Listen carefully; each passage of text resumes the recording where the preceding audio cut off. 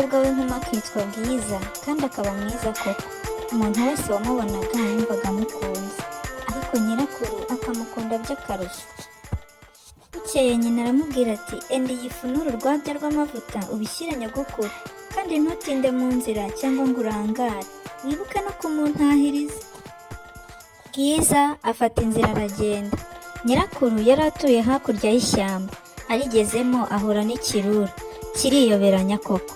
Bwiza ntiyabimenye, kimuramukije arakikiriza, kiramubaza kiti uragana he? Aragisubiza ati ndajya kwa nyogokuru. Nyogokuru wawe se atuye he? Atuye hakurya y'iri shyamba, nirwo rugo rwa mbere uhingukira. Ikirura kiriyamira kiti mbega umukobwa mwiza we, ariko se ndamuhabwa n'iki ko numva hafi abantu basi ibiti? Yewe hinga nigendere. Tari no kwa nyirakuru wa Bwiza, kimutangayo, gihondagura ku rugi. Umukecuru abyumvise aravuga ati yewe ikindi kiti ni Bwiza, ntuzaniye ifu n'amavuta. Umukecuru ati shinjira nta mbaraga mfite zo kubyuka.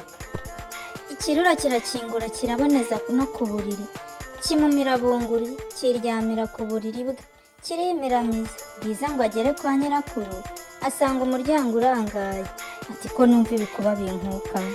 Araboneza no ku buriri, yorosora cya kinyamaswa agira ngo ni nyirakuru.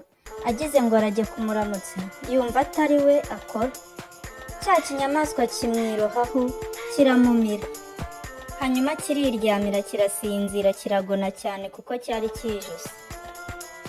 Umuhigi arahanyura yumva umugono wacyo ati ni wa mukecuru waho ugona se?